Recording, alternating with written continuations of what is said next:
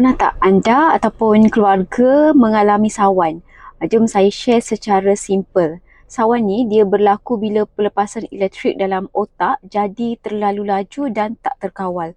Otak kita ni dia macam pusat kawalan tubuh. Bila wayar elektrik dia malfunction, tubuh mula menggeletar tanpa kawalan, hilang sedar sekejap, otot jadi keras, tercungap, lepas tu boleh jadi tak ada respon. Yang boleh cetuskan sawan ni antaranya adalah kurang tidur, stres melampau, boleh jadi juga jangkitan ataupun demam yang tinggi, ketidakseimbangan elektrolit, kekurangan nutrisi, kecederaan otak dan juga ubat yang tak konsisten untuk pesakit yang memang ada epilepsi. Saraf ni perlukan nutrisi yang cukup untuk menstabilkan impas elektrik, mengurangkan keradangan otak, nak baiki sel saraf yang rosak dan juga kawal neurotransmitter. Nutrisi tak cukup, otak ni jadi senang nak trigger untuk jadi sawan.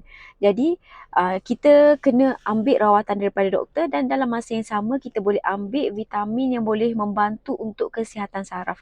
Vitamin yang kita boleh ambil adalah B-complex, iaitu vitamin B1, B6, B12 yang boleh membantu menguatkan myelin sheath, bantu juga menstabilkan impuls elektrik. Kekurangan B6 ni boleh menyebabkan sawan juga. Kita boleh ambil juga magnesium. Magnesium ni dia mineral yang penting untuk mengawal aktiviti elektrik dalam otak.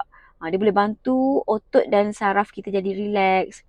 Bila low magnesium, seseorang tu lebih mudah nak jadi sawan. Boleh ambil juga polyphenol.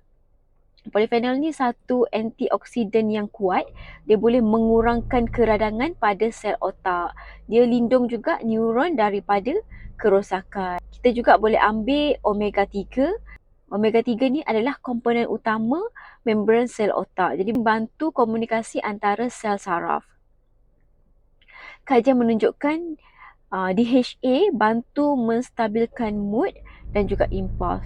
Kalau anda ataupun keluarga yang selalu alami sawan, selain daripada ambil rawatan daripada doktor, pastikan juga saraf otak cukup nutrisi. Bila otak sihat, impuls elektrik tu lebih stabil.